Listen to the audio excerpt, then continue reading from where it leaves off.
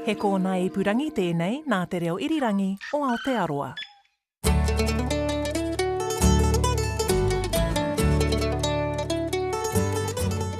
G'day, welcome to Country Life. I'm Duncan Smith. Kia ora, great to have your company. Ko Sally round tēnei.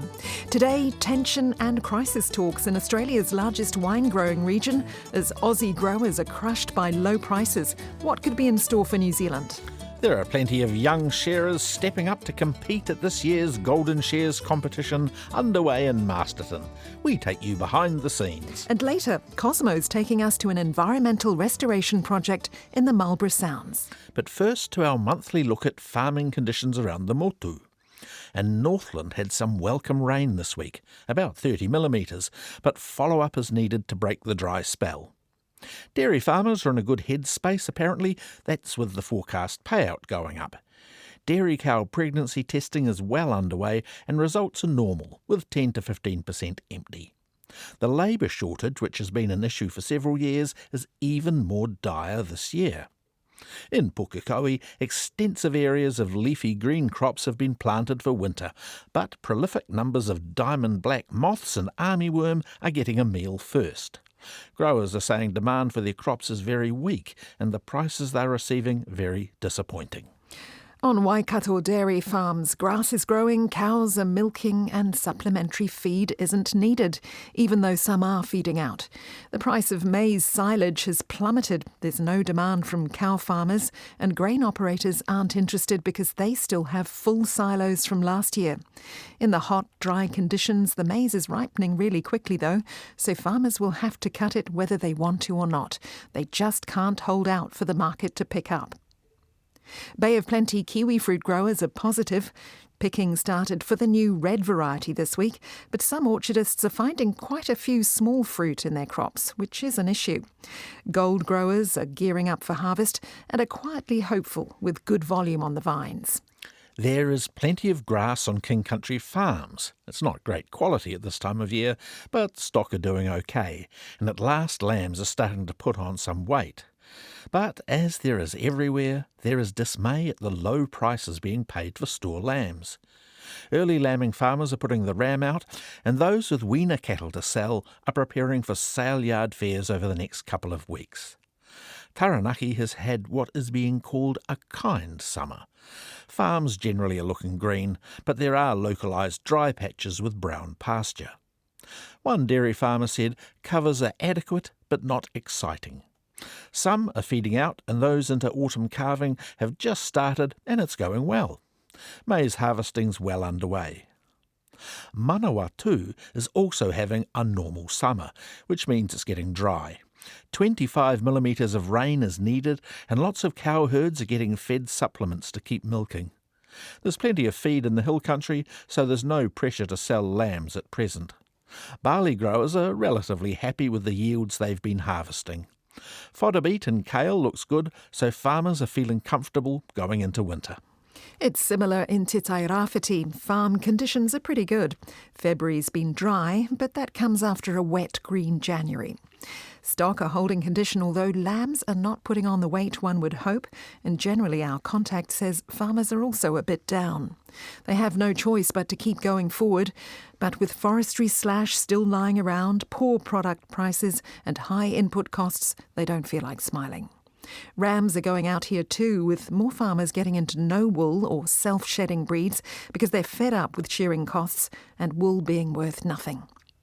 In Hawke's Bay, the kiwi fruit vines that survived the flooding have good-looking gold crops on them. Some vines have died, but generally the recovery's been better than expected. Apple orchards that growers thought wouldn't recover have, and crops are looking okay. They're flat out picking Royal Gala and Posy varieties. Wairarapa is really dry. There's been no decent rain since December, and it's getting frustrating. As in Gisborne, farmers aren't exactly smiling. Dealing with the dry, low lamb prices and ongoing cyclone recovery is taxing. The grape harvest is starting, which is a little earlier than normal. Horowhenua is very, very dry. Our farmer contact says it's the driest summer in many years. The region is normally summer safe. Dairy farmers are feeding a lot of supplements to cows and many are once-a-day milking. Maize is being cut early because if it doesn't come off now, it will die. And if it stays this dry, there may be some willing buyers popping up soon. Cull cows are starting to fill up local meatworks, which have been quiet. Ki te Waipounamu and to the Whakatū, Tasman region, the apple harvest has just started. Drought conditions are starting to bite, with smaller fruit than normal coming off trees. Around Motueka and Motere, there's been little rain since December, when the region could normally expect Christmas rains and follow-up during January. If moisture doesn't arrive in the next couple of weeks, it'll be dire. And it's the same in Marlborough, really, really dry, with farmers offloading stock due to concerns over feed and water levels. One Marlborough farmer says he's only recorded 120 millimetres of rain in the past 8 months. Farmers are already feeding out winter feed supplies, and dairy farmers are reducing milking. PGG Wrightson brought forward its first annual weaner fair of the season to this week, which is 3 weeks ahead of schedule, to let drought-hit farmers offload stock now. On the west coast, pasture covers are good. Summer hasn't been too wet and it hasn't been too dry. Dairy farmers have made plenty of supplements. It's probably one of the best seasons in a long time. And thanks to the better-looking payout, they're certainly happier now than at the start of the season. A bit of rain in Canterbury this week has dampened the dust for a couple of days. All eyes are on the rain forecast for this weekend and early next week to get pastures and winter feed crops growing again. Harvest for most is well through, with only late crops such as red clover and radish still to go. Overall it has gone well with a good period of hot, dry weather. Yields across the board are at or slightly above average. The concern going forward is limited grass seed contracts for next year's harvest. Many arable farmers are currently scratching their heads about what they can grow this coming year. Central Otago looks like a tinderbox, and farmers want the wind funneling through from the west coast to stop. Animals are in good condition, but some farmers are now feeding out. Those horticultural and dairy farmers needing water from local irrigation schemes are finding it in short supply. They're only allowed to take 25% of what they have consent for normally. And finally, Southland is having a perler inside the farm gate and a shocker outside it, what with low prices and high input costs. Grass growth is terrific, although the north of the district's getting a bit dry now. Stock are in top order, and there isn't enough to keep on top of the growth. Fodder beet, kale and Swedes for winter are looking fantastic. This is Country Life on RNZ National 101 FM. As New Zealand vintners prepare for their grape harvest, spare a thought for growers over the ditch. Crisis talks have been held in the Riverland region of South Australia, which supplies almost 70% of the country's crush. The growers, who mostly supply bulk wine producers, have also staged protests about the rock-bottom prices they've been getting for their fruit, and reports say many are throwing in the towel, leaving grapes on the ground, moving into pumpkins, or spraying their vines to stop them germinating. Our guest this week is Chris Archer, who works in both the Australian and New Zealand wine industries as a winemaker and consultant, and is co-owner of niche New Zealand-based wine company Joy. Chris, how serious is the situation for wine growers at the moment in Australia? I think it's a pretty tough time for them, actually. It's an industry that has known a lot of booms and busts, but this one's been a big one, and it's been coming since 2020. Effectively, when China, they were Australia's largest exporter of about 20% of their volumes, and that got turned off in 2020 due to high tariffs that was politically motivated, and the industry's been absorbing that, but effectively there's 163 million litres of wine made every year that has got no home to go to. Is it all down, though, to Australia's battle over tariffs with China? There's other trends as well. You've got pretty much the traditional wine markets around the world are all facing decline in wine sales. You're looking at Australia around 12%.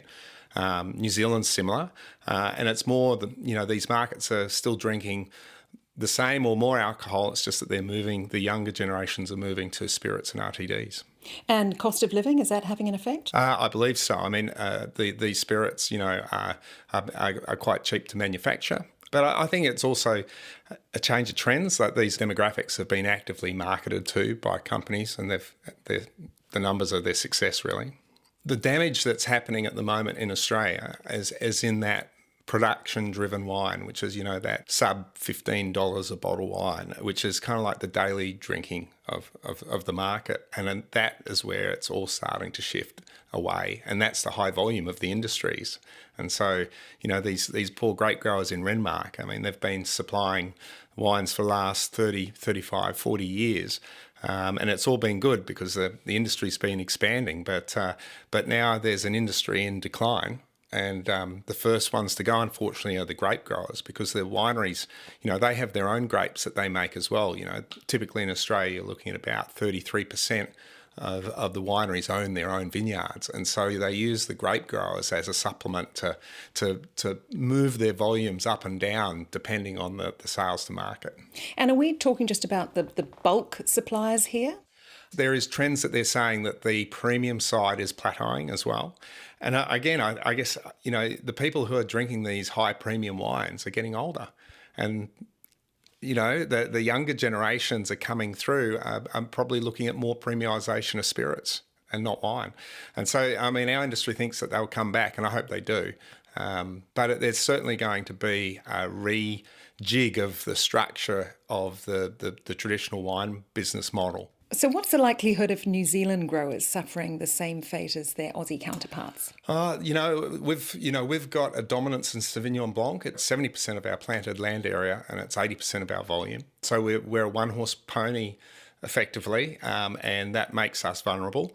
And we had a bit of a glitch, in 21 when we had, Marlborough had a 20% decrease in crop. What happened then is that we couldn't supply the markets that we'd fought for the last 20, 30 years.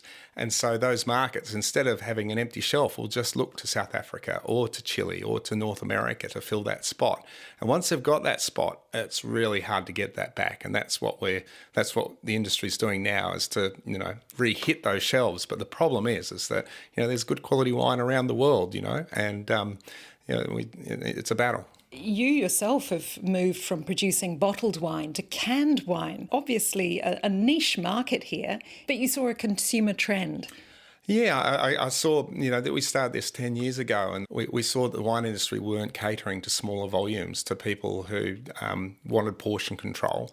And so that's been very much our focus, and especially in these times when there's, people are being more health conscious, drinking less. The smaller portions are definitely a really good option for them. And further, the whole aluminium recycling, the technology there, and the can is way superior in environmental footprint, recycling, and it looks after the wine just as well as glass. So it's a great move for us. Winemaker Chris Archer. There are hopes Australian wine will be able to start flowing into China again at the end of March, after a meeting between the country's trade ministers this week. The Golden Shears is underway in Masterton, and since Thursday morning the War Memorial Stadium has been buzzing to the sound of shears, wool handlers' brooms and the cranking of wool presses. Not to miss out, I went along for a slice of the action. Okay, Father, we're going to put this one into gear. Timekeepers ready. Competitors, get set, go. It's the opening morning of what's billed as the world's premier shearing and wool handling competition. The Golden Shears has been going since 1961. Doug Lang of Shearing Sports New Zealand tells me just how big this event is. Basically, any shearer in the world, if they get half the chance to be here, they will. And a lot of the top shearers in the world would see just getting to the top 30 in the Open Championship here as their goal. I've spoken to a world champion who told me exactly that. One of his highlights of his career was getting into the top 30 at the Golden Shears. It's been a bit of an upset this year as well. Roland Smith, the defending champion, is out due to injury. Yes, I spoke briefly with Roland last night, so he only made the decision yesterday, so in brief. He had a bit of a diagnosis on an injury he's got, and he's decided it's too much to risk aggravating injuries. At the end of the day, I mean, he operates an agricultural contracting business and a bit of farming and shearing as well. So he's got, and the family, of course, up there in Hawke's Bay, and he wants to, at the end of the day, make sure he's in good nick next season when they will be qualifying for the New Zealand team for the 2026 World Championships, which will be held here at the Golden Shears. There's been a big increase in the number of competitors this year. Oh, exactly. It's absolutely amazing. We started seeing it increase at local shows maybe a month or so ago. It really started increasing. So we saw 200 competitors that's shearers and wool handlers at places like Taihape, Dannevirke, Martin.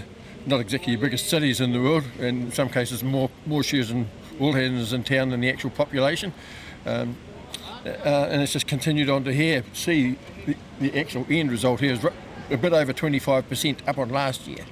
I've been doing this job now for Shearing Sports New Zealand for about 16 years, and I'm pretty sure we haven't seen these numbers here. It's about 500 individual competitors across the board. It was much bigger in the heyday when the sheep numbers were much higher, so that's the only thing that's really affected the numbers over the years is how many sheep are actually being shorn. They currently say the sheep population is about 26 million, but that's the breeding ewes population mainly. Roughly 50 million sheep are shorn each year, so that's obviously ewes and stuff are shorn twice in a lot of parts of the country, plus the lambs and that sort of thing. Yes, there's plenty of work, and as a result we're seeing this amazing increase in competitors. This group that's come from Mongolia, second year I think of an experimental sort of training process for them. There's about 40 Australians here. That would be the most we've ever seen from Australia probably since the year dot, when the Golden Shears had the sort of subtitle of Australasian Championships back in those days, 1961. Yeah, so it's just amazing. Also the UK competitors, these are all people who are working here for the summer one way or another. Okay, we've got the green light down here with the wool handling, the WBS Junior Wool Handling Heats.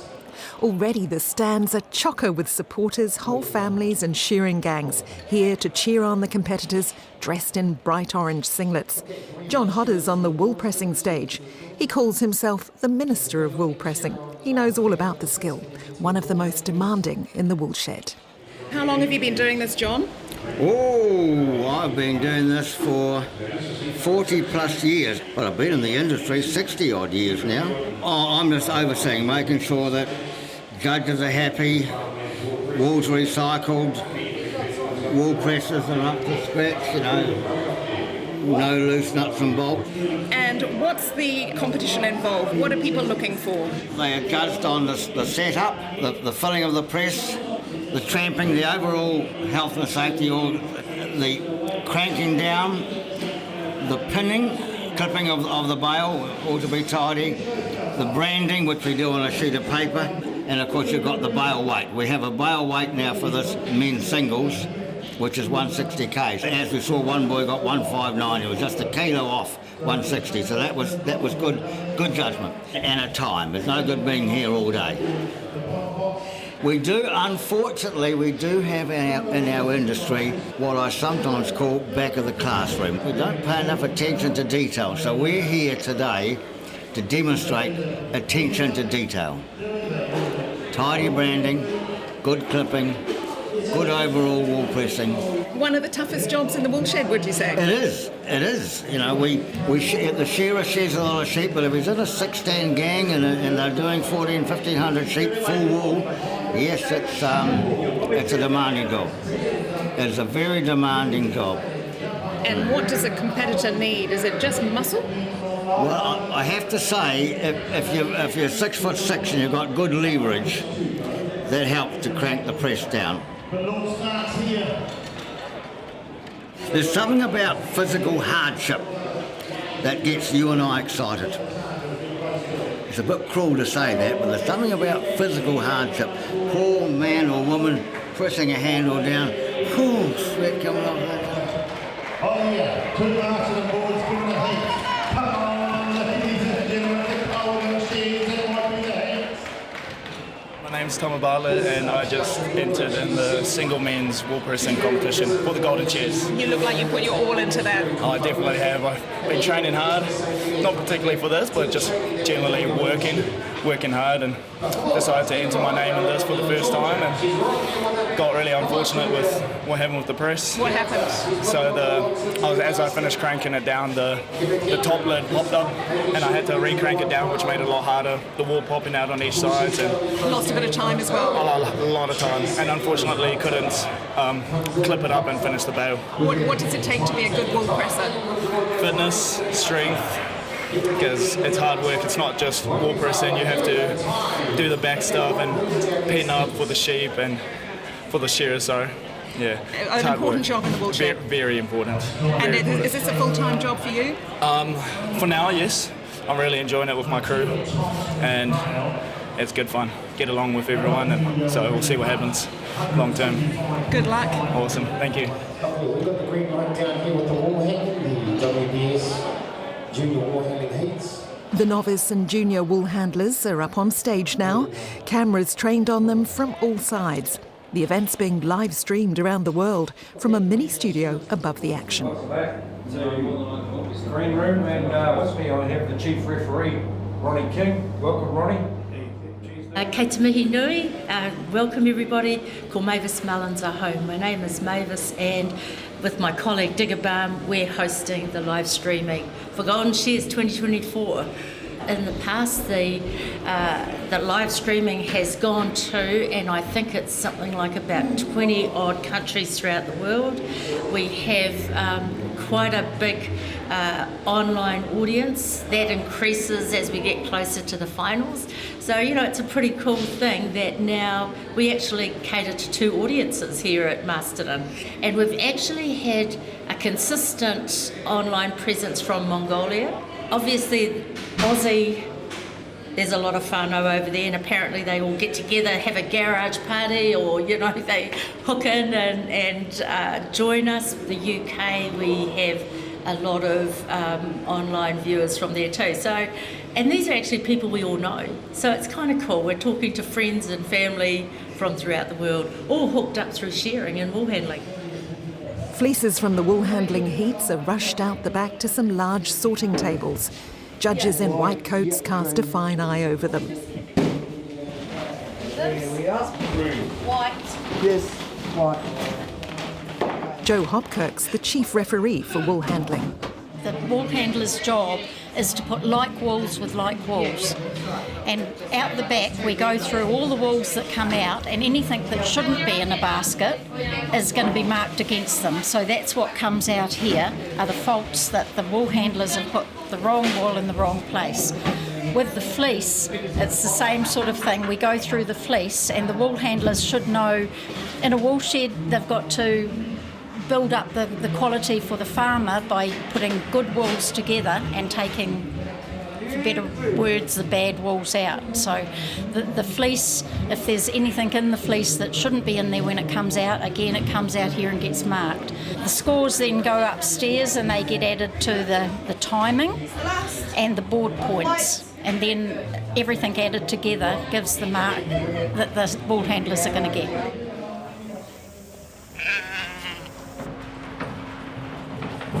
Just beyond the fleece judging room are the sheep yards. Trucks arrive unloading heavily fleeced animals who wait their turn to head on stage. There'll be 4,000 shorn over the 3-day competition. On the other side of the pen, the finished product, newly shorn, waiting for a lift out. Alan Grant's in charge. I'm the sheep officer for Golden Shears. Most of the sheep come from local Wairarapa farms, within, in general, about a half an hour from Masterton here. We do get some merinos up from the South Island, and we do get some corriedales down from Taihape. These ones are long wools behind me. They are 12 months full.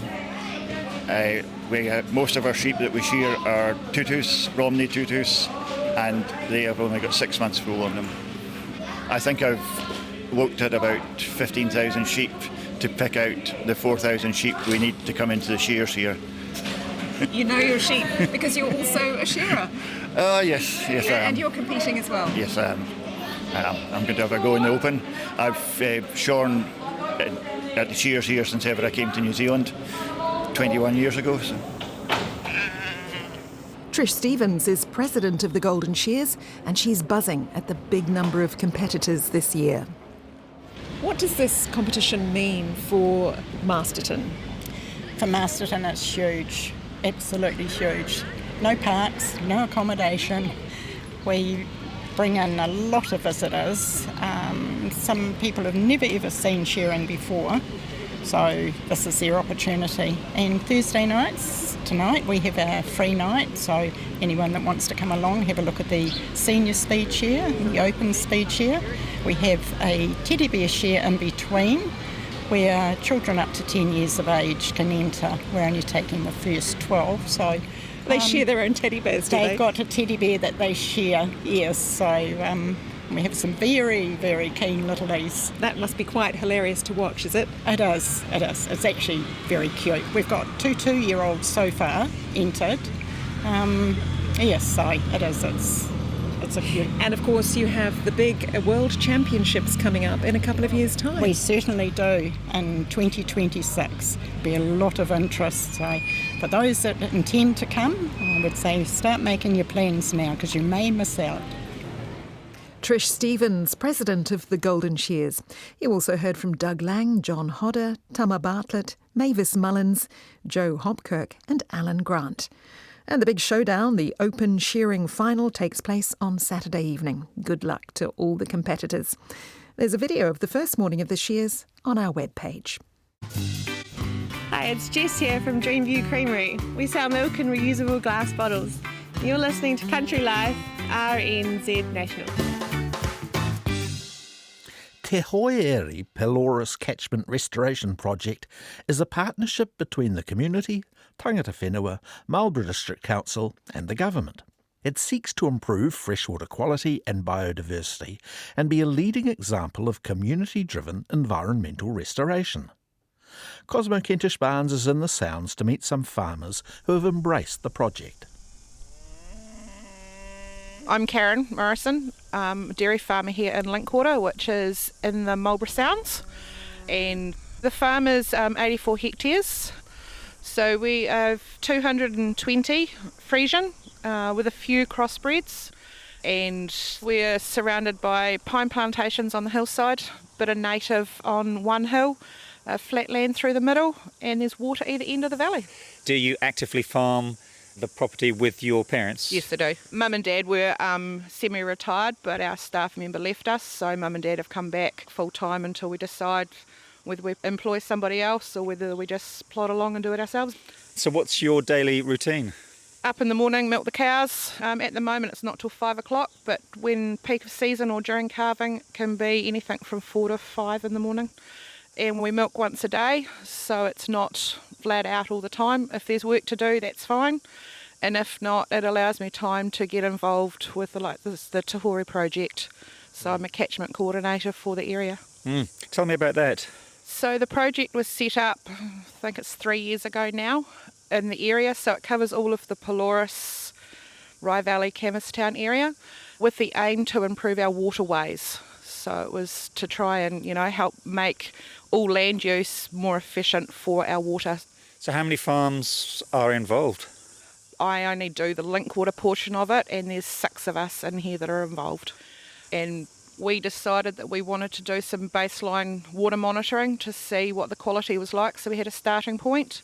There's been waterways fenced off, which we've had funding through the project for.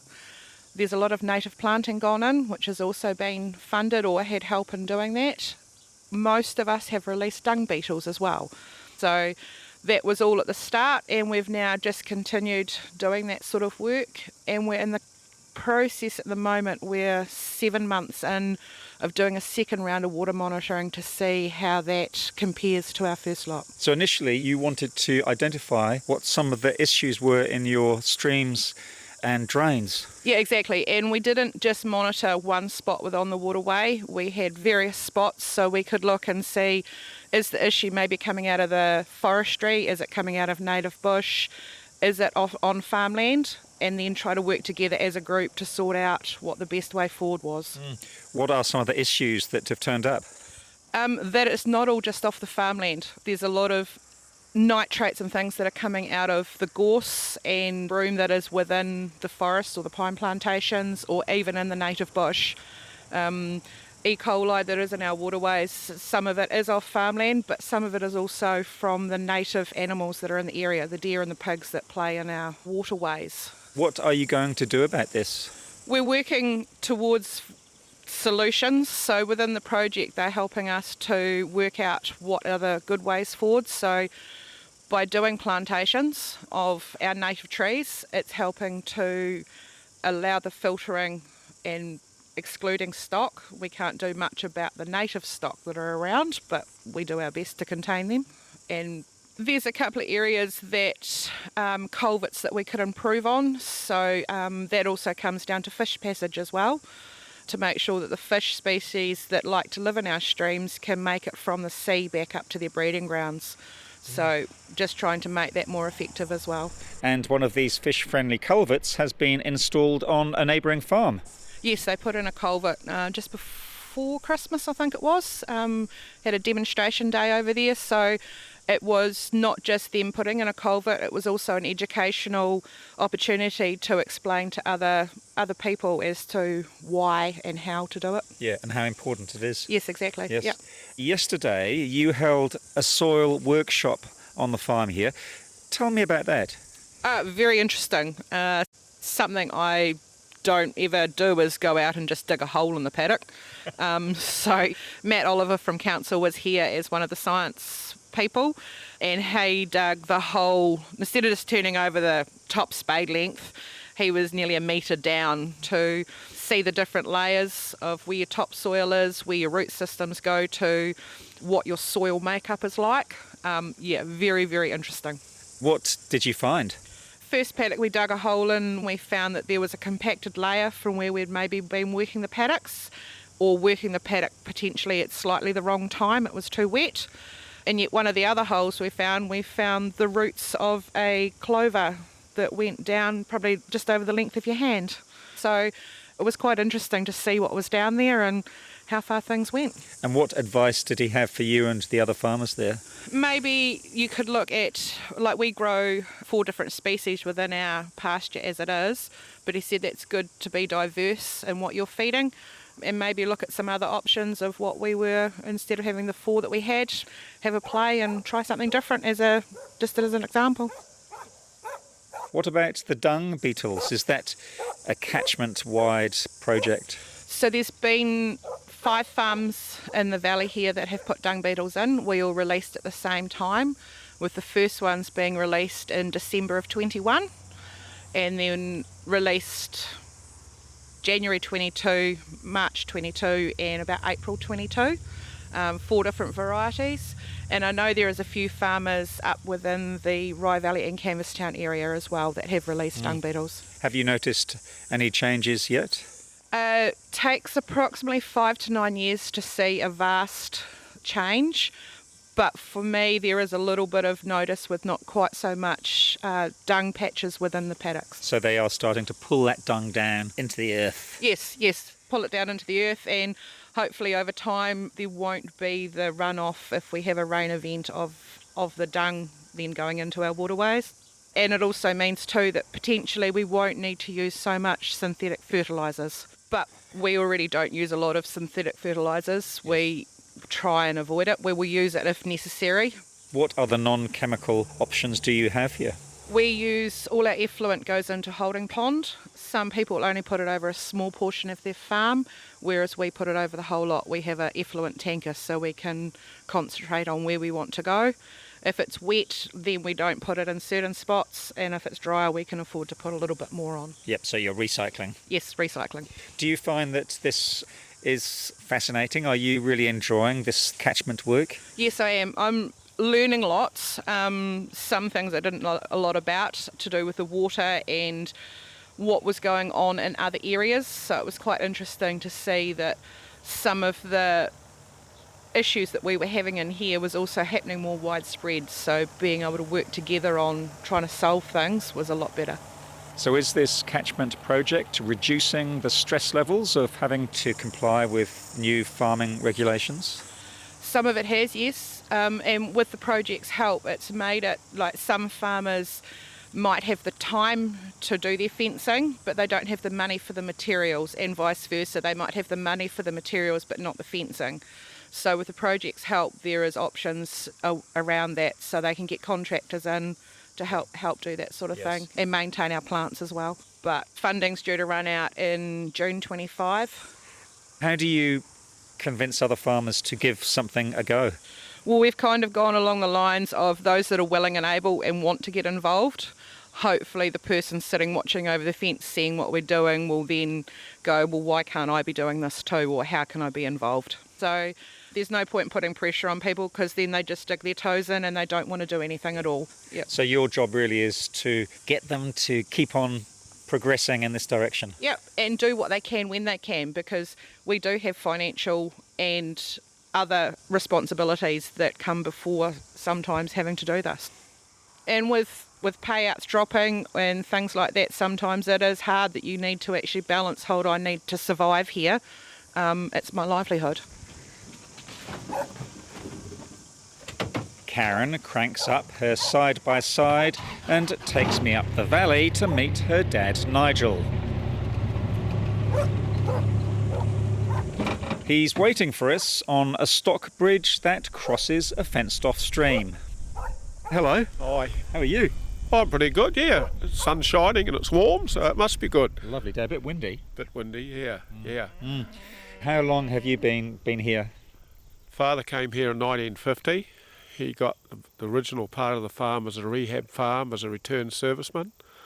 And over the years we've brought 2 neighbours out. And I was born here. So the only way I'll leave here probably is in a box. Where did you go to school? I went to Linkwater School. There was one teacher. We had one teacher for our whole primary school. We only live just under a K from the school. We used to have to walk to school or ride a bike if the tyres weren't flat. And then we had to come home at lunchtime for lunch, because Mum always had to cook lunch. Yeah, that was quite interesting.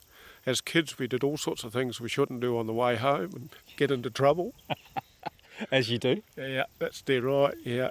And then I went through to Marlborough College, Boys College, and did 2 years there and thought I was fully educated and left. Came home on the farm. And you've been farming ever since? Yeah, so I'm 71 now, so I've been here a couple of years, yeah. Do you love it? I do, yeah, yeah. It's a way of life. It has its good and bad points, but you wouldn't get me living in town. I just love this and the community. Mm. Nigel, why have we stopped here? This area here it's a major stream, the Cullinsville stream, that runs through here. And through the Te Hori project and Marlborough District Council, we've been encouraged to plant trees, and under government regulations we've had to fence the waterways, and we're planting it with natives now, so trying to enhance it. The willows have done a good job retaining the banks, but it's to a point where they're coming out and we're replanting it all. Are you enjoying this planting journey? I am. I went through a stage with my father when we first started on the farm. The idea was if it was a tree it had to be cut down. That was there developing land. And I got to a point now thinking, well, we need to go back and get some more natives and stuff going. So probably for a start we were, why do we have to do this? But we can see why now. We've had some really good workshops through the water things that Karen's been doing. So it's given us an insight to where we are with our water. We've done a lot of water testing, so we know what problems are. So by putting these natives in, we're hopefully going to rectify some of those problems. So that's what we're doing. Are you noticing a change since you've put the natives in? Yeah, not so much here in the creek. They're only young, but on another part of our property we've planted a big native area, and the tuis and stuff are starting to come back into it, so it's really neat to go down there and see them. So that was one of the reasons we could have put other species in, but I've stipulated it all has to be natives. You want those birds on the farm? Yeah, that's for real, yeah. And we had, alongside our house, we had a big block of flaxes there for a number of years, and the tuis that came into there was unreal. So that's what I want to see back, and provide a corridor for it to happen. Mm. And what about fencing? On this property we're probably 110% fenced, and that was through choice. We've always been proactive in doing stuff and not being told to do it. If you get to that situation, it can cost you a lot more money. And in hindsight, it's made our management of the farm so much better. And like alongside us here's a bridge that was put in the year the big earthquake was in Christchurch, and that went from a $50,000 bridge to nearly $100,000 because the specs kept going up. And we weren't happy, but in hindsight it's the best thing we ever did. So before you had the bridge put in, the stock would just have to walk through the creek, I They guess? walked through the creek, and as soon as the cows' hooves touched the water there, they mucked in the water. So there's none of that now, and this creek can be volatile in the winter or even in the spring. And now we don't have to worry about it. The cows are quite safe and there's no animals in the creek at all. What would your father think about the changes you're making here?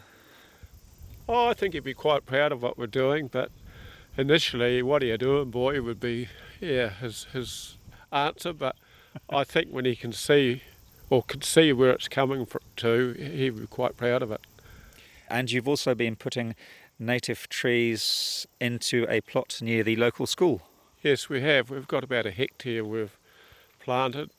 We've done that off our own bat. It cost us about $20,000 to establish it, but where it is only a few hundred metres from the school, and when we planted it we involved all the school children, the preschool and the local people, and through that now it is open to the public. So we've had tremendous community support for it, and we had a special seat made and put down there so us older ones can go down and sit on it. Good idea. Yeah, so like now the trees are established, the children can go back there if the teachers wish and identify trees, and some of them can look at them and say, well, perhaps I planted that one, and it'll get them into the spirit of looking after trees and that type of thing. So it's quite gratifying.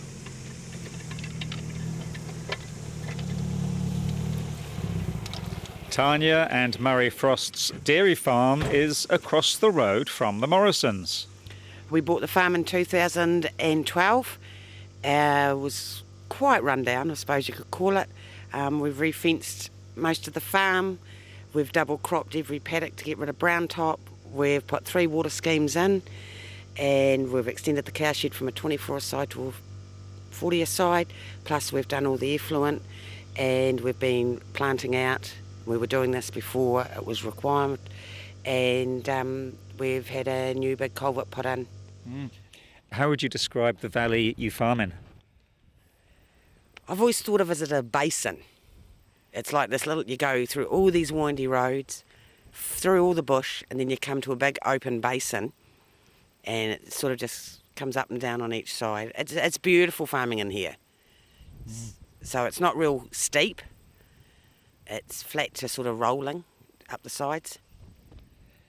So we go right to the top of that ridge. And what happens over the hills? So over the hill we've got Matapu Bay, so that takes us into the Marlborough Sound, and then you can go round the corner about 5 minutes and you're in the Queen Charlotte Sounds. And you're involved with the local catchment that Karen coordinates? Yes, correct, with the Tahori project, yep, and it's going brilliantly. We're all working in as a team in the whole district, which is quite nice. And Murray, we're going to head down to a creek to see some work you've done there. Yes, we're going to have a look at the culvert that was put in with the Marlborough District Council and the Tahori project, and then we'll have a look at some fencing off some waterways and some wetlands. Excellent. Let's head out onto the farm.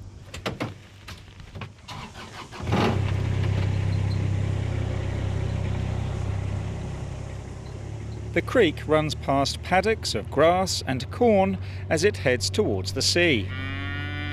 Beneath an overpass that cows use to get to the milking shed is the new and bigger culvert. A healthy volume of water is flowing through it. We've replaced 2 800mm culverts. One culvert was completely blocked with gravel. Yes. And they've been replaced with 2 1500mm culverts. And how important is that for the fish? Yes, and now the fish can swim up it. The culverts are 25% of them are buried under the bottom of the river, so the fish can swim up through them. What sort of native fish migrate through these culverts? Inanga mainly. There's eels. Yeah. Whitebait. This one here is tidal. A high tide pushes up through this culvert, and you see quite a few whitebait come up through here. How satisfying is it knowing that these fish have got a nice clear route now? Yeah, they've got a good path up here, and we've got some more culverts we want to replace with bigger culverts. A lot of our culverts are too small. We'll try and do at least 1 or 2 of them crossings a year. And does that mean that native fish will be able to get right up to the top of the valley then? Yes, yeah. Well, here's a couple of the first kowai trees we planted along the edge here. They're doing well, aren't they? Yeah, and this was only fenced one side, now it's fenced both sides.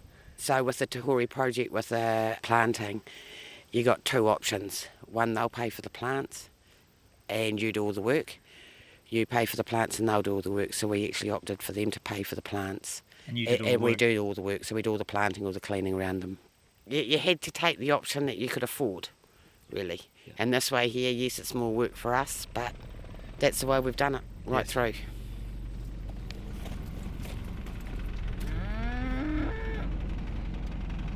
We've just had a look at the culvert that you've put in, and now we're heading to a wetland that you've got. Yep. So we're still doing more fencing, more waterways. We're doing smaller ones that don't actually need to be fenced, but they'll be fenced. We've put dung beetles in, but we're just waiting to see the results. This is one of the paddocks. This is the paddock we did our first release in. Yes, it is. This one here. So the dung beetles will probably work from one farm to the next. They will actually intermingle. So especially at this end, because we've got Morrisons and Templemans and Parkses and ourselves, we've all released them, so it's going to be quite a spread of them.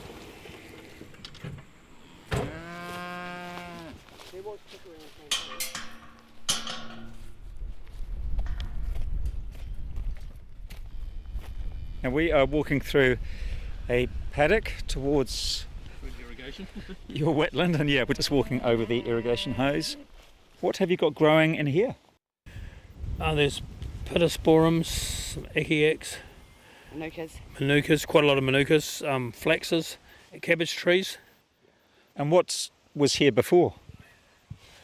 It was just rushes and wheat, and the cows used to walk through it. It was really part of the paddock. It was just the bog. They make a bog. They come in with their legs all dirty and their udders dirty to milk, which creates mastitis. And it was just good for nothing. So we fenced it off, and it's going to make nice shelter when the plants get up. So it's a win-win. It's good for the cows and for milking, and it's good for your environmental footprint. That's right. Yes, this goes right down to the Makapawa Arm. Yeah, you've done quite a bit of fencing and planting all the way down there. It kind of weaves its way down towards the estuary. Yes. And you were saying that you were doing native plantings well before the catchment started the project. Yeah, my father-in-law actually used to collect native plants out of reserves and that were just going to be killed off, and he'd come over here in his 80s and plant them out, take the kids with them and clear all around them, and What a lovely link to the farm. Yeah.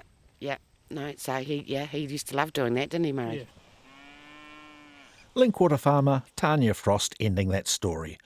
Cosmo was also talking to Murray Frost, Karen Morrison and her dad Nigel Morrison. To see photos of the Te Hoieri project, including installing a fish-friendly culvert and releasing dung beetles, go to our webpage. Just type Country Life RNZ into your Google browser and you'll find us. You can also subscribe to our podcast there and delve into our archives for loads more stories about rural New Zealand and its people. Well, that's about it for this week. Thanks so much for joining us. Ka kite anō. Go the Black Caps. Bye now.